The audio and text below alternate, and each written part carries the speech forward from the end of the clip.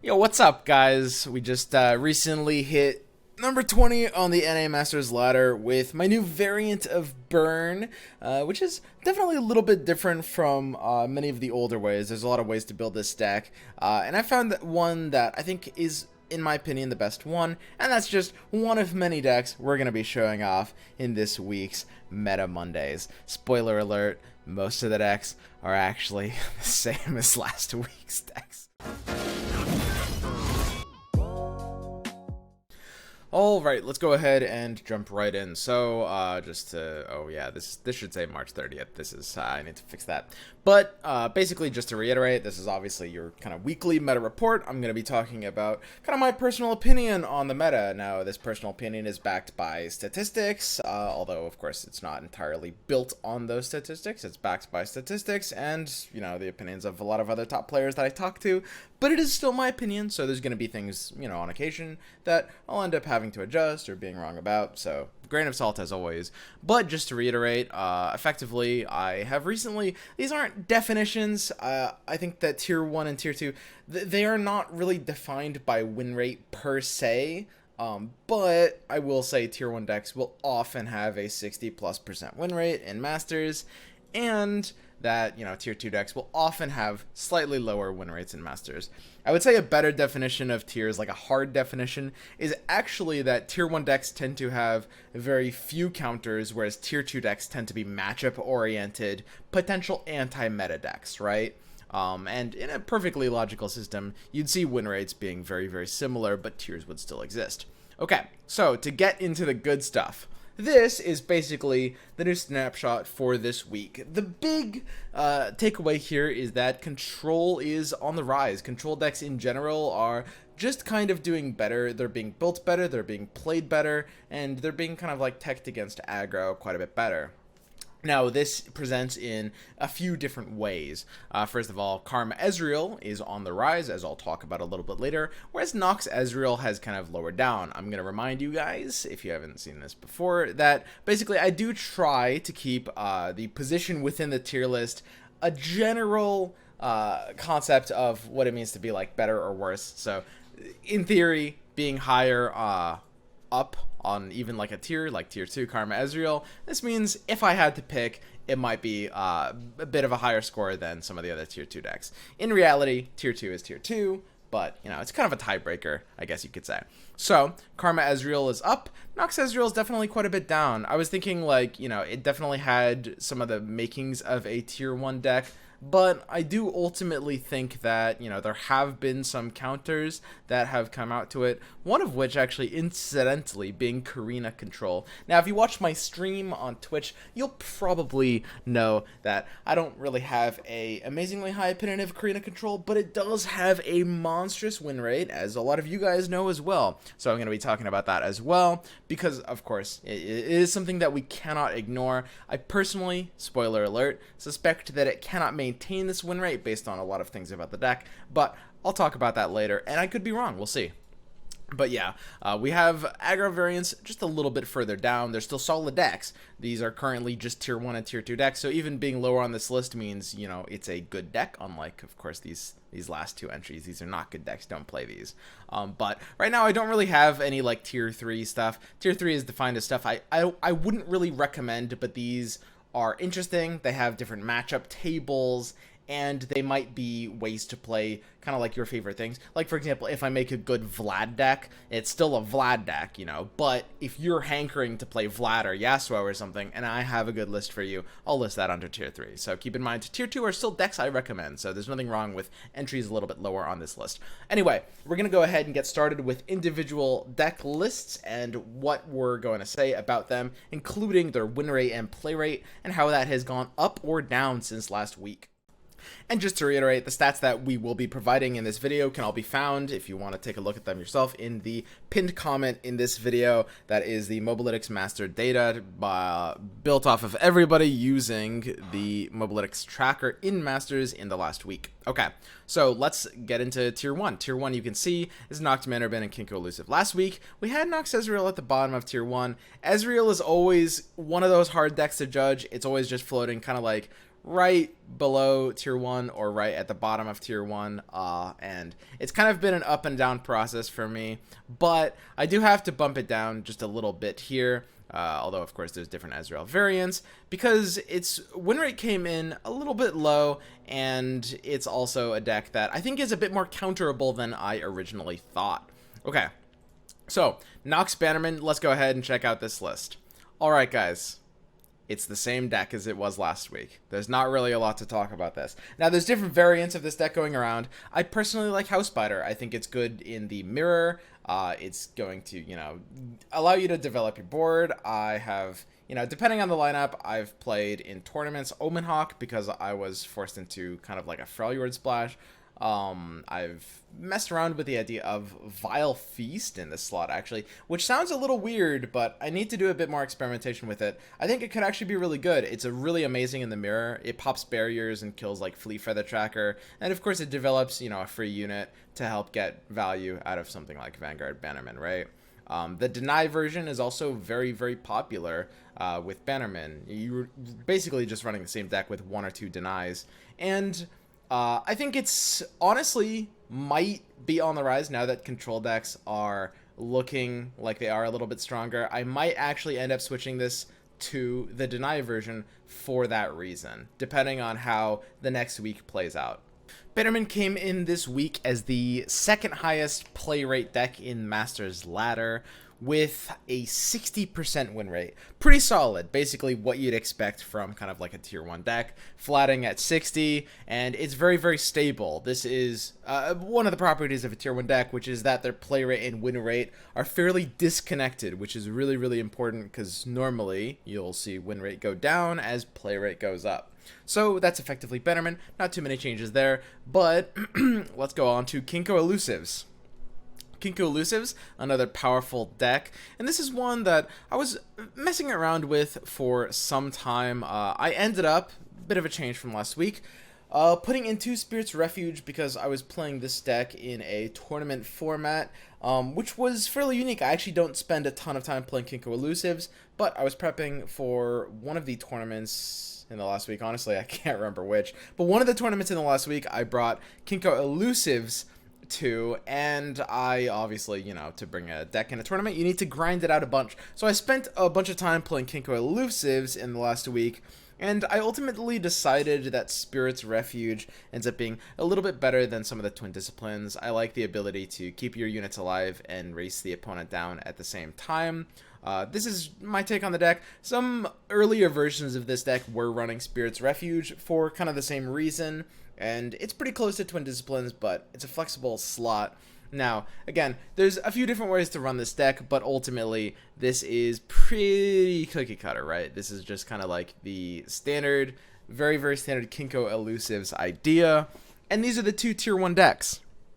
Now, Kinko Elusives actually does have a fairly low play rate right now. There are not a ton of people playing it. Honestly, it's hard to say exactly why. That would, you'd have to guess. I think, honestly, it's because a lot of people are bored of the list. Especially when you're climbing in Diamond and you reach Masters, you start playing a lot more like experimental or new stuff. A lot of the flavor of the week stuff just seems more appealing. Kinko Elusives has not had a win rate that's dropped below 60% in the past 5 weeks. It's never been a bad list, but it's lost popularity for basically unknown reasons. It's not really getting countered, it's just maybe people are just getting bored of it. Then we've got Karma Ezreal, which, like I'm saying, is really, really on the rise. This is definitely a pretty powerful deck that's kind of recently taken the ladder by storm. I think that there's been several different iterations of this deck, basically, in the past month. Early versions of this deck, I really wasn't a believer in at all. I mean, especially, if you watch my streams, you'll know that I looked at early versions of this deck and I was kind of like, yuck. But as the deck got more and more optimized, we took out cards like Spirit's Refuge, cards like Solitary Monk. I think this deck ends up quite a bit stronger, and this is definitely I will say it is a contender for a tier 1 slot. It comes in pretty strong at a 59% win rate, and actually a quite high play rate too. I think 3rd or 4th most played deck. in the ladder right now. Although the Masters ladder has just a ton of Ezreal decks. Ezreal, both versions of Ezreal, those being Ezreal Karma and Ezreal Nox, are all over Masters ladder. Anyway, Ezreal Karma is a pretty powerful full control deck. The idea behind this deck is pretty straightforward. You want to be surviving and making sure that, you know, you're not going to get basically blown out by too many things. And on turn 10, you'll play your Karma if you haven't already. You know, keep it if there's something that would threaten it. You need to make sure Karma lives and flips.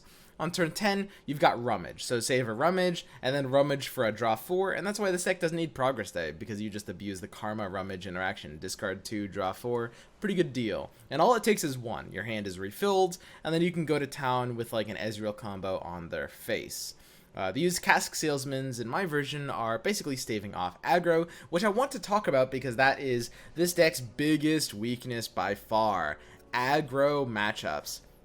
Now I want to say, a lot of people think this deck is very, very, very good, and I think it's a powerful deck. I think, depending on the format, it could be a powerful tournament deck. I think it's a great deck. You can see it's currently number 3 on my tier list. I might put it to like 4 or 5, but it's a high-powered deck for sure.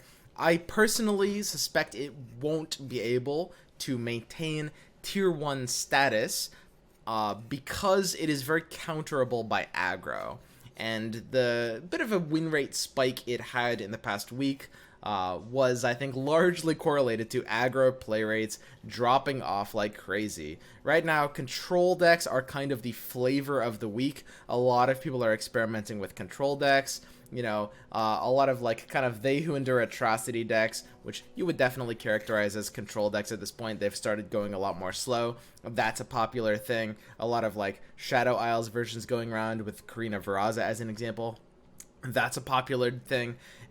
So every control deck is going to be something that Karma Ezreal feeds off of. Because the reality of this deck is, when it's turn 10, the game is basically over. You will be able to just kill them straight up with your Karma Ezreal if you can last that long. But you have almost no anti-aggro tools. Basically, all of the good anti-aggro tools are in Shadow Isles, and you don't have access. So you will get blown out by early aggression, and I suspect that next week we'll see aggro decks be a bit on the rise, and that'll hurt this deck's ability to maintain tier 1 status. But that's a prediction, and I could be wrong. We'll see. Alright, next up we've got Spider Karma or Spooky Karma. Now, I've been calling it Spooky Karma. There's been this kind of like revised version. This is like my take on the deck, which is slightly changed from the version that Mago has been using to pretty good success. I should probably rename this Spider Karma because, you know, when you're at the point where you're putting in like Brood Awakening and Hapless Aristocrats, Mago's currently running 2 Arachnoid Horrors in his. It's very much a more Spiders kind of slightly tempo-y version. He's also cut out Ruination. So, you know, at that point, that's kind of where the spookiness dies down, and it's, you know, it's still a control deck, but you do, you know, play for the board, and ultimately it's going to be fairly different. But this is also a very powerful control concept.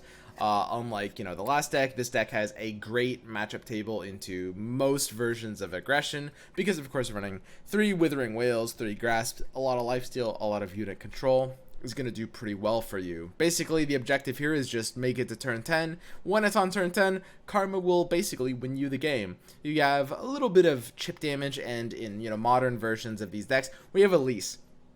Elise is pretty important because, I mean, you use her for a lot of things. She's kind of a general pressure tool. But the most important function of Elise is just being able to deal with elusives very, very easily. And now that Brood Awakening is much more of a card since a couple of weeks ago when the patch came out, you have the ability to flip Elise very, very easily these days. And that's great. You know, there's less fearsome in the ladder, so Hapless Aristocrat comes back as a blocker. So it's a good time to be playing Spiders in control decks. You'll see a ton of these top control decks are running Brood Awakening and Hapless Aristocrat for these reasons. You're able to beat elusives with the Elise flip. You know, there's less fearsomes, so you're going to do very well. Bit of a prediction, though. I do actually think that fearsomes might come back into the meta in... Actually, there's a couple different ways that could look, but I will give you later in this video one one specific, somewhat specific prediction that I do have in terms of how this meta will shape out. Anyway, Spooky Karma comes in likewise pretty big with a 59% win rate and is the sixth, or I think fifth actually, sorry, fifth most played deck right now in the ladder, Masters ladder, that is. Okay, moving along, we've got Korrina Control. Now, there's a couple different versions of this flying around. 209's got a version, Alan's got a version. There was like an original one. Mostly, this all stemmed from a post that was made on the Reddit, which I think that version has been largely dismissed. Like, even the person who posted it was saying, like, it was kind of unrefined. It was running a couple of weird things like scrap dash assembly. This is going to be my version of the Korrina Veraza deck. And basically, the idea here is pretty straightforward. The reason why this deck can work as an archetype, ultimately, okay, so first of all, I call it a Korrina deck just because, you know, I mean, that's kind of the most, I guess, unique card about this deck. Ultimately, it's a lot better to think about it more like a Ladros deck. I explain this deck as it's kind of like an Ezreal deck that doesn't play Ezreal, right? You stall. In the late game, you drop a big thing that hurts their life, and then you finish them off with burn. It is ultimately the evolution of Spooky Ezreal. When Rekindler costed 6 mana, there was an Ezreal version that actually had, you know, a lot of promise. It was kind of like a cool thing to run for a few days on Master Ladder. And it was, you know, it was running Ezreal. It was running a lot of the same cards, obviously, like Grasp, Black Spear when it cost 2 mana, Vile Feast, all, you know, all the same just general things. And it was actually pretty good. Now, of course, that deck has got nerfed with Rekindler nerf, with Black Spear nerf, and most importantly, it's just a worse meta environment to be playing Ezreal in, straight up. So this is a great shift to a meta environment. Now, what I will say is this deck has a great time feeding off of some of the meta decks that are currently going around. For example, it beats Noxus Ezreal really hard. It actually has been really feeding off of Noxus Ezreal's high play rate. I haven't gotten to Nox Ezreal yet, but spoiler alert, it is the most played deck in Masters Ladder for the last week. And this deck absolutely ass pounds Nox Ezreal, which is, I think, why it has such a high win rate. Now, the reason that this deck ass pounds Nox Ezreal is because in your process of stalling until you get to turn 9, playing Ladros, and then, you know, killing them by using... It's like, you play Ladros, and then you play a couple more burn cards, and then they're dead, right? Sometimes you'll play a second Ladros, right? Who knows? The reason this beats Nox Ezreal is very basic. Because against that deck, you don't play enough units for their Ezreal to flip. This deck has the ability to be very careful about what cards it plays and doesn't play. For example, when their Ezreal's like 4 out of 8, or 5 out of 8, you just stop playing units. You don't play Brood Awakening, you mulligan the card away. This deck has the ability to basically go full unitless because you just wait until, you know, you Ladros, and then you kill them, and then they're dead, right? So Nox Ezreal can't really do anything about that. And this deck is basically just the ultimate Nox Ezreal crusher. If you encounter this matchup as a Nox Ezreal player, your best bet is to not try to level your Ezreal up and just save your burn for their face. And you can still win. It's not like 100% win rate matchup. It's, you know, it's pretty extreme. It's going to be like 65 or 70% or something like that, right? Which is very extreme for card games, but it is a very rough matchup nonetheless. Now, this deck has come in with a gargantuan 65% win rate over the past week. And I'm going to explain... there's a few things I can talk about with this list. I'll explain why I didn't put it in tier 1 for this week, why I might for next week, maybe, depending on how things play out. But ultimately, I think this is not a meta-stable list. I think this generated a lot of surprise value when it came out. So always in card games, new lists, you know, when you play a new deck, people don't know what cards are in it. It's really hard to play around, right? So you'll win a lot of games due to that surprise value. Now, what this deck has on top of that is, if you haven't seen this deck before, and you're in Mulligan step, this deck is going to look like an aggro deck. Like, you'll see Shadow Isles, PNZ, Elise, and you'll think it's Von Yip or it's Prankster Burn, right? And there are people in Masters that are playing Von Yip decks representing the same exact regions and the same at least only champion, right? So a lot of people, like, before they realized this deck was a thing, are mulliganing this matchup completely wrong. Because the way you want to mulligan an aggro matchup versus an extremely polarized control matchup are complete opposites. And that kind of thing is definitely going to have a huge impact on win rates. So that's personally one thing that I think happened there. But, you know, in addition to that, it's just kind of like hard feeding off of the meta ecosystem in general. I think Nox Ezreal play rates are definitely going to go down in response to this. They've already started going down in response to the Korrina deck coming around.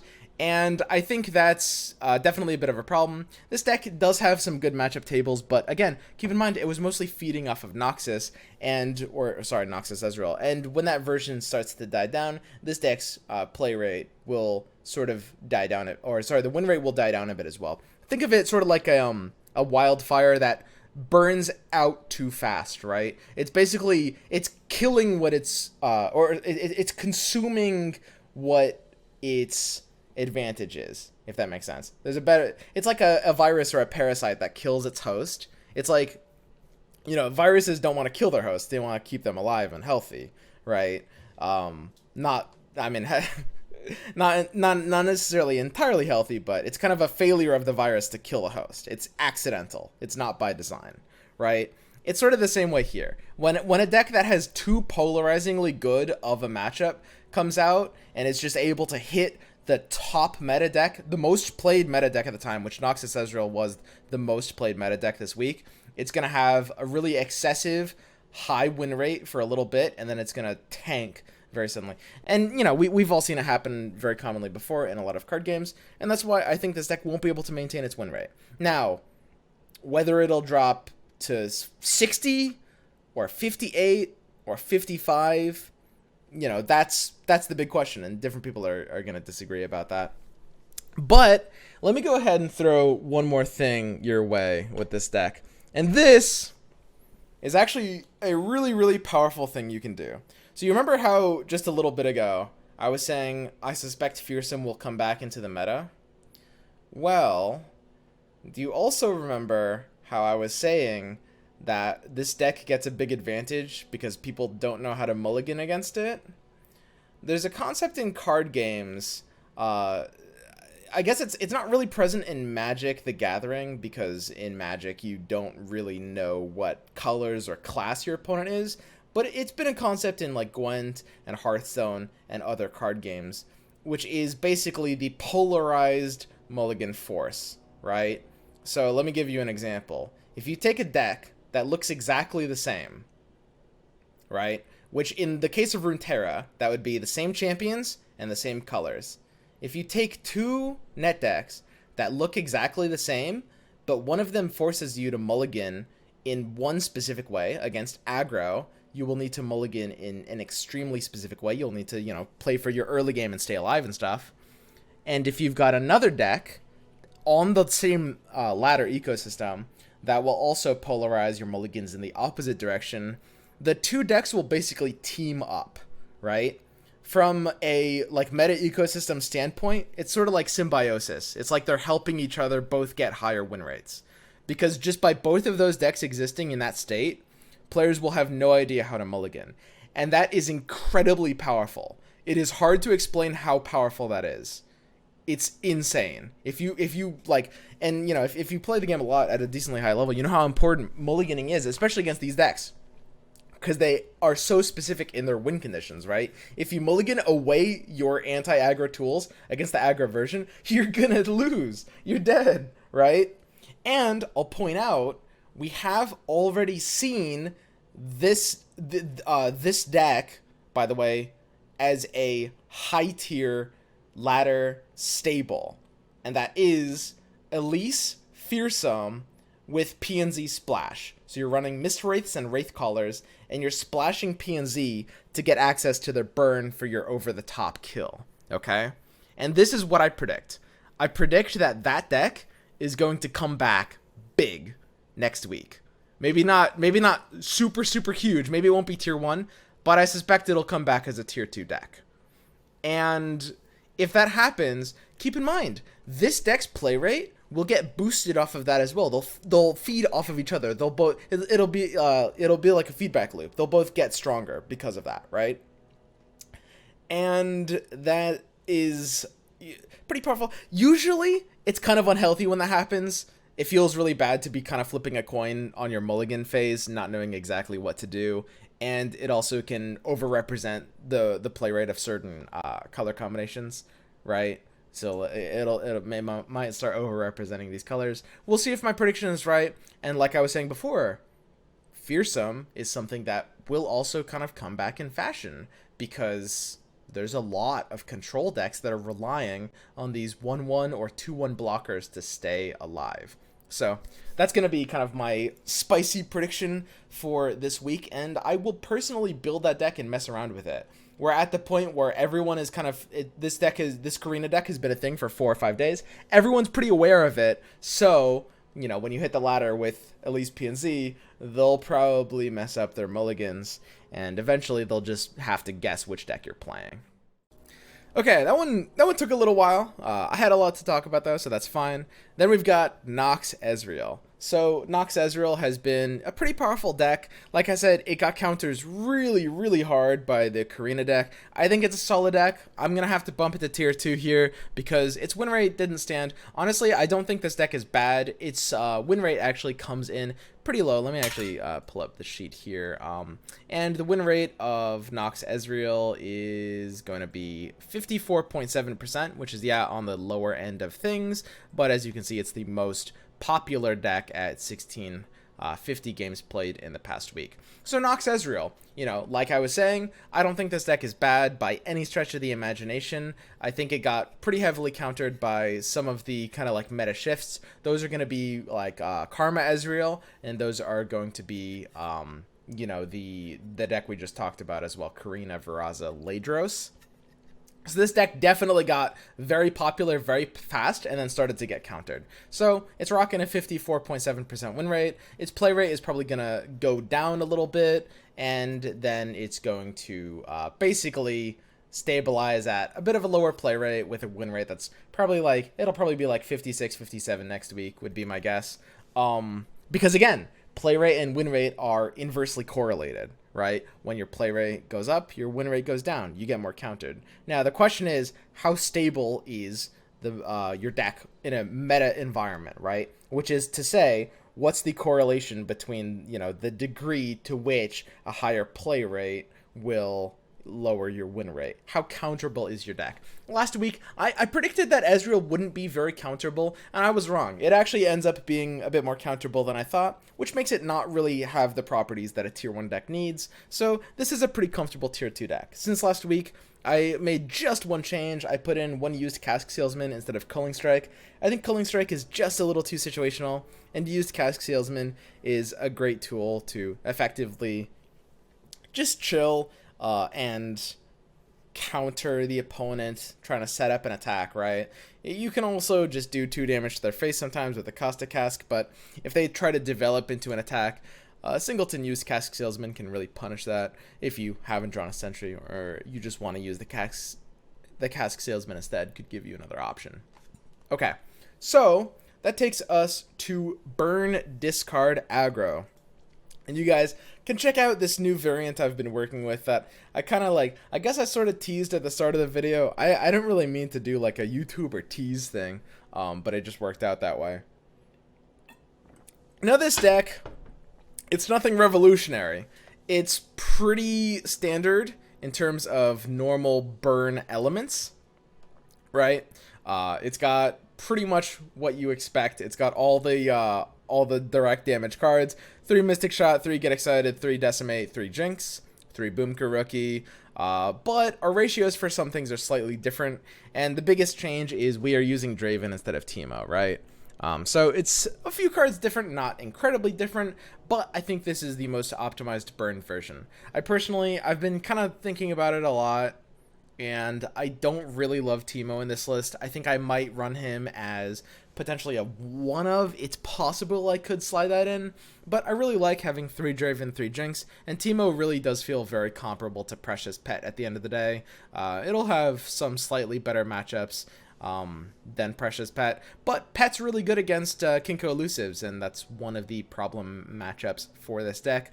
That's also a deck that I definitely expect to be on the rise sometime soon, but yeah, it has not been at a high play rate, as mentioned this last week.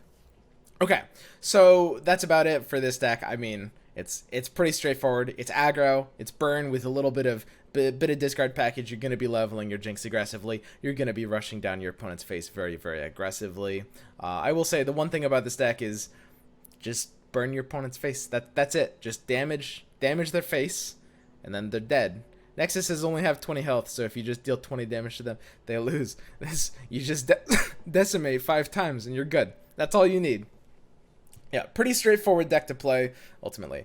And then we've got Spider Aggro. Spider Aggro actually comes in at a fairly substantial... Ooh, wait, I actually forgot to talk about Burn's win rate right now. Burn is rocking a pretty average, like 55% win rate right now as the 6th most played archetype. Okay, so Spider Aggro then. Spider Aggro is going to be a sort of like almost underrepresented combo right now, and the reason for that is because a lot of people stopped playing it after the nerf to Mark of the Isles and crowd favorite. However, it's rocking a pretty good win rate, and the buff to Brood Awakening is maybe enough to single-handedly revitalize the archetype. It's a pretty big buff. Now, in the preview patches, we all know Brood Awakening costed 5 mana before. They ended up reverting it now, and that's a pretty big deal. I mean, we did see spiders do pretty well in that environment as well. And they are rocking pretty great stats, coming in at 65% win rate, although I will caution you, it's a pretty low sample size. This is 220 games played, so we should not expect this win rate to stand. You know, the thing about statistics is you need a high sample size to get good accuracy, and the thing about Masters statistics is that basically these are games played across anybody using the tracker in the last week. So when you hit like a pretty specific niche archetype like this, like someone like a good player playing a specific archetype can bang out like several dozen games in the course of a week, right? Easily, very, very, very easily. So I mean, Spider Aggro, you know, when it has a games played of like 220.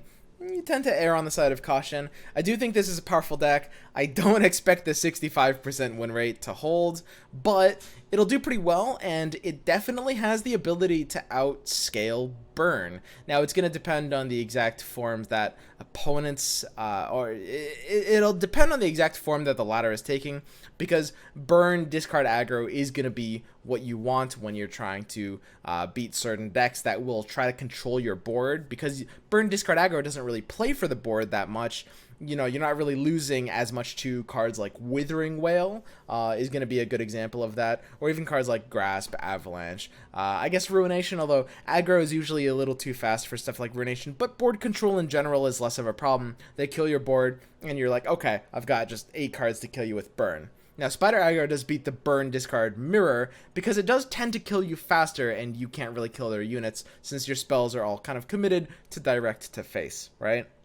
So these are pretty close to each other. We'll have to see how the results come in next week. It's very, very meta dependent because they do generate fairly different tables, right? For example, Burn is going to be what you want against some of these Shadow Isles decks like Korrina Control or Spider Karma will do probably less well against Burn, like this modernized version of Burn, than Spider Aggro, right? Control decks will kind of be smashing Spider Aggro quite a bit more, although of course, you know, they've got a lot of healing, so they're not necessarily super weak to Burn either, depending on how it goes.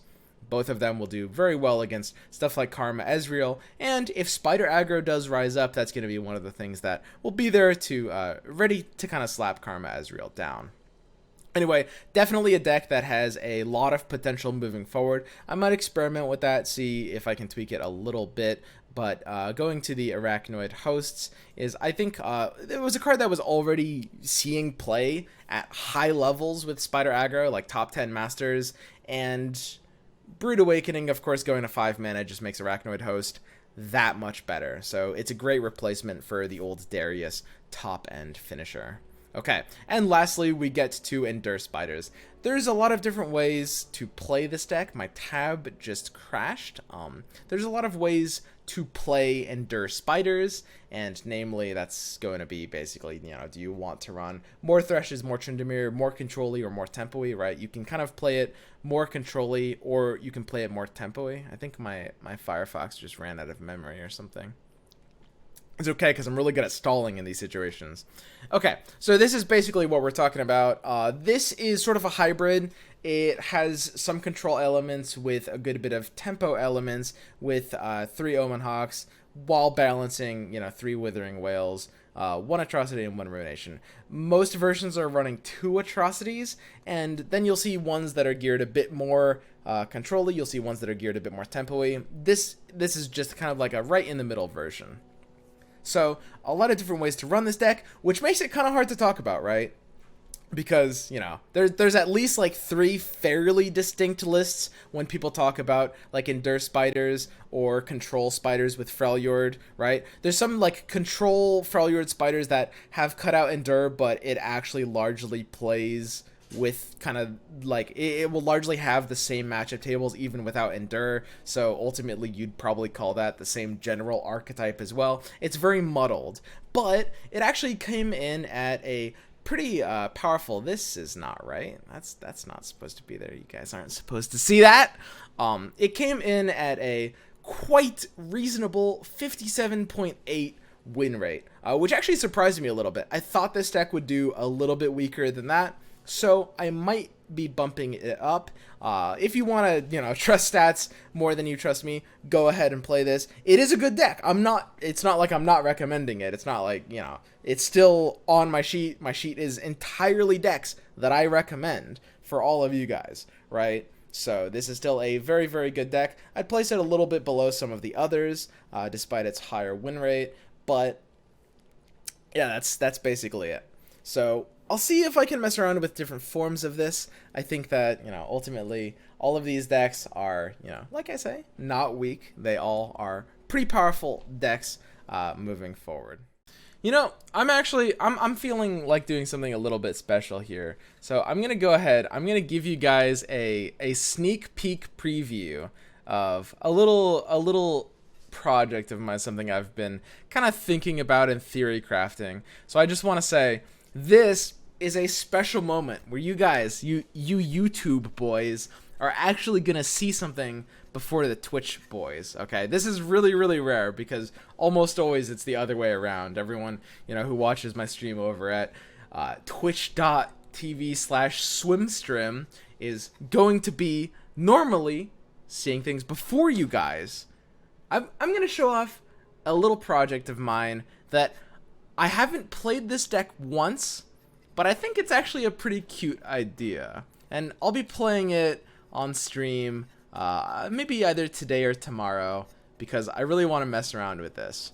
But it is using Legion Veteran and Tarkaz the Tribeless. Effectively a mid-range mono deck. So it's been basically said for a while.